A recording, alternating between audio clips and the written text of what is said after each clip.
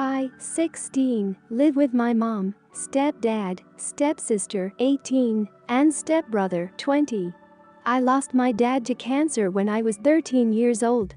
We were very close and his death was a major loss in my life.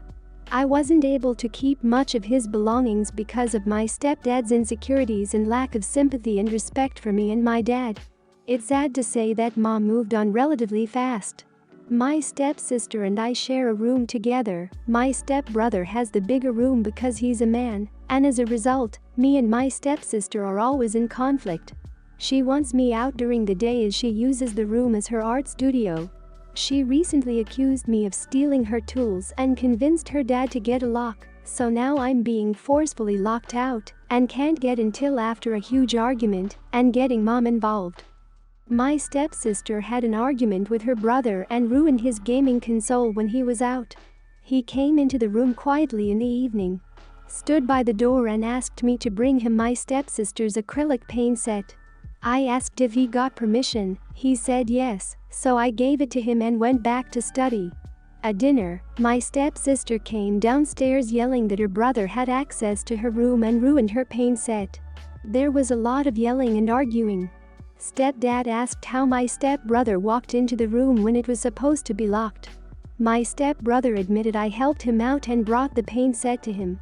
My stepsister went off on me, called an accomplice, then ran upstairs and took the gift I prepared for my dad for Father's Day.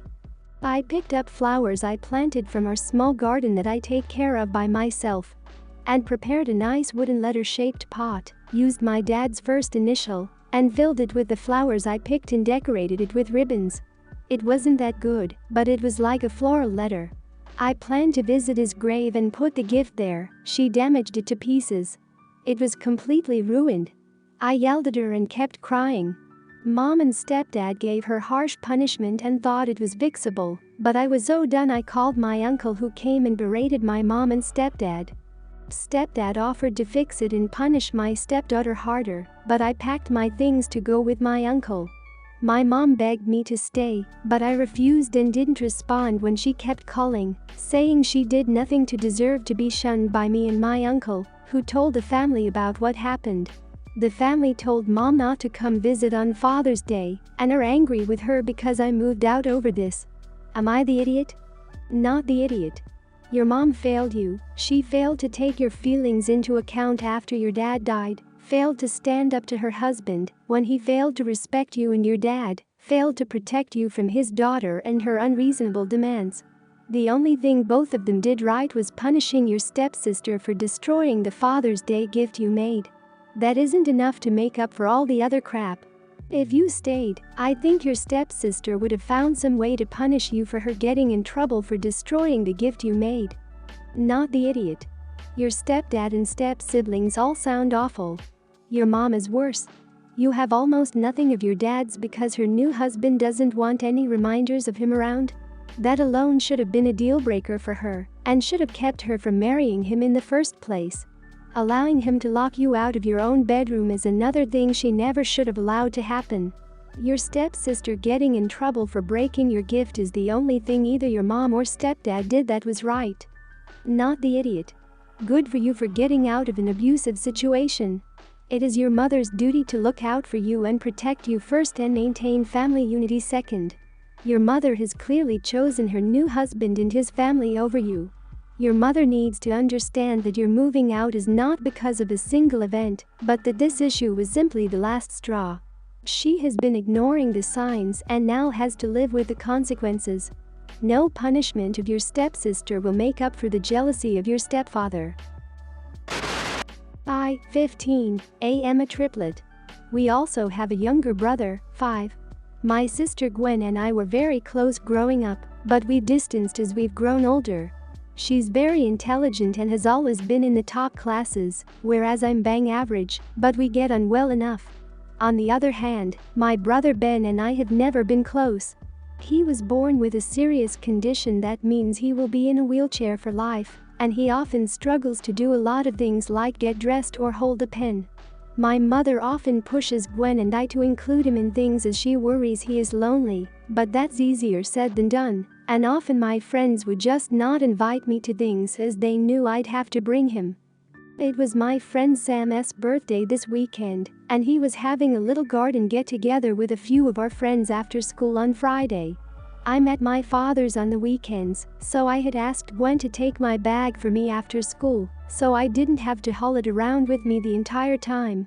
My mother overheard me and said that it would be lovely for me to bring Ben, as he hadn't seen any friends for a while. Gwen tried to help me and explained that she doubted it would be something he'd like, but my mother argued that he'd just like to get out of the house to somewhere that isn't school. I told her that no, I wouldn't take him. She was shocked. I don't know why. Gwen and I have made it clear we don't like bringing him along to everything many times before. She asked why I couldn't bring my brother, and I told her that even if I wanted to, he wasn't invited, and I couldn't bring someone else to Sam's house. She told me to just ask Sam to invite him, and I refused because it's Sam's party, and that's impolite. She tried to tell me that if Ben wasn't going, neither was I, but it's my dad's night, and he'd already said I could go. My mother took Ben and our younger brother out for ice cream that afternoon, and dropped them off at my dad's not long after I came home. Gwen and I could hear her telling our father what had happened, clearly wanting to get me in trouble with him as well, but he told her that we shouldn't have to be babysitters all the time, and that we were entitled to be young and see our friends as well.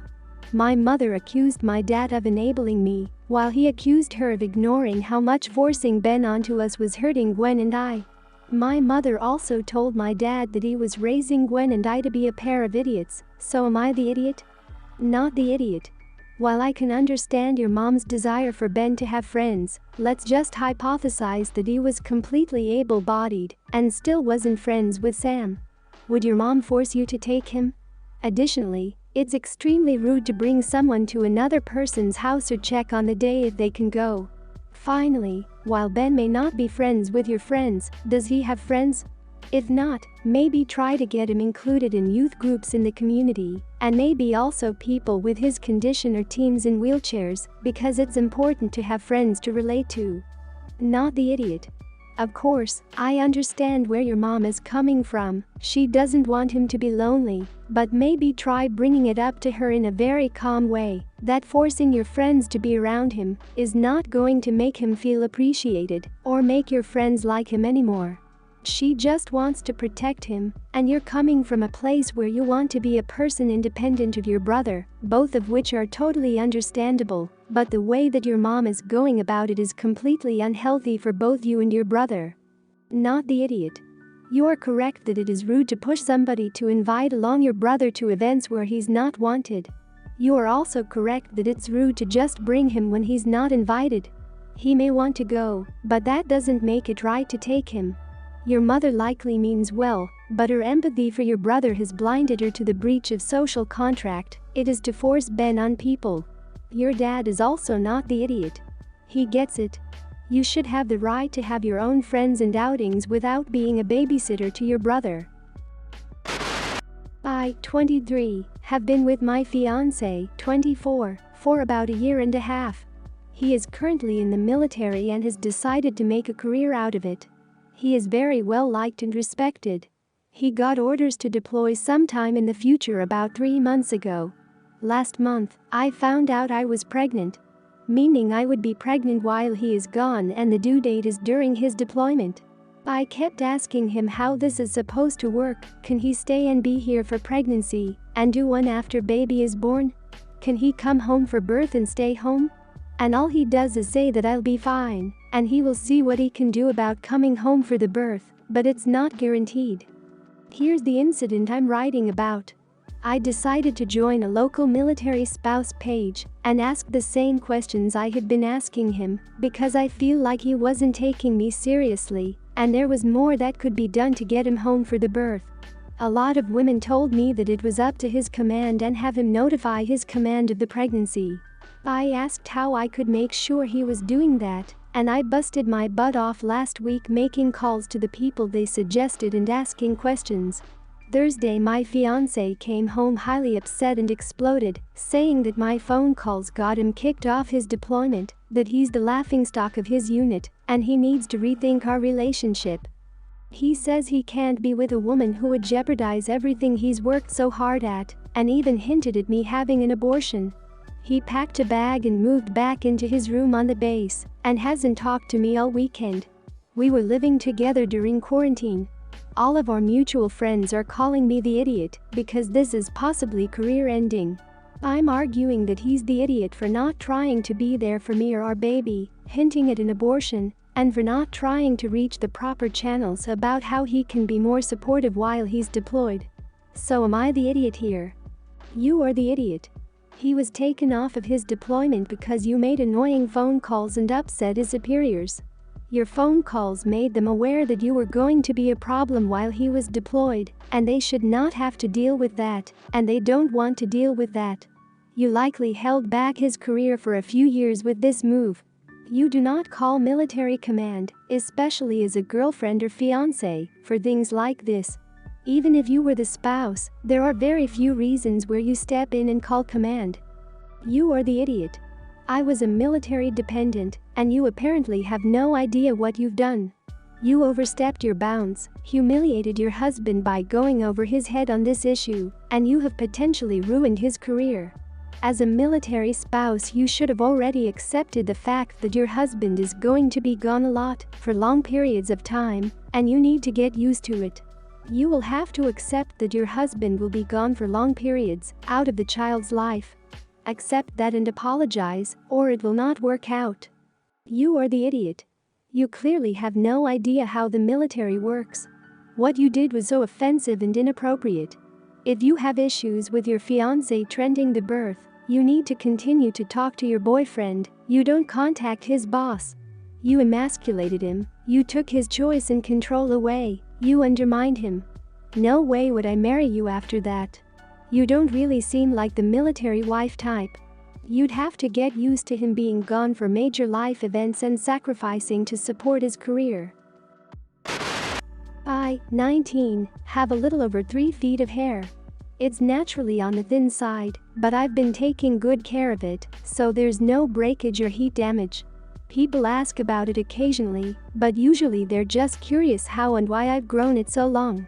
In case anyone is curious, I don't rinse out my conditioner all the way, and I manually detangle every knot, instead of ripping through them with a brush, and I just like having long hair. It's not religion related or anything. I do have one person in my life, though, who I'll call R20. She has a much younger sister, E8, who has alopecia and is very insecure about being bald. Their family doesn't have much money and can't afford a wig that he can wear, since she also has allergies to one of the main ingredients in synthetic wigs. R told me about a week ago that she contacted a wig-making place, who said they could provide a big discount if the family could provide the hair themselves. She asked me to donate my hair, and I said no. She wasn't initially upset and didn't press me at first. I don't think she expected me to say yes right away, but she has become steadily more persistent over the past few days. She keeps calling me selfish, saying I wouldn't even miss it, and that I don't need it, since I'm not growing my hair for religious reasons. I absolutely would miss it, since they would need about 16 inches for a full wig, because my hair is so thin. I also have psoriasis, so I'm a little irrationally attached to my long pretty hair, because my scalp is so gross. R asked again tonight, so I told her my reasons. She snapped. She told me that how much I love my hair should show me just how insecure he is without any hair at all, and that it would make it a really meaningful gift. I also found out tonight that she already told E I would be giving her my hair, so she said I'd be breaking E's heart if I went back on it now, even though, again, I never said yes. R just left furiously, and now I'm wondering if I'm wrong here. I'm pretty confident that what she did is a huge bad move, so I'm not asking about that. But I can't really argue with her assertion that I don't need it. Is it selfish of me not to donate my hair when her sister doesn't have any? Not the idiot. Religion is not the only legitimate reason to keep your hair long. You like your hair how it is, you don't want to change it, that's the end of it.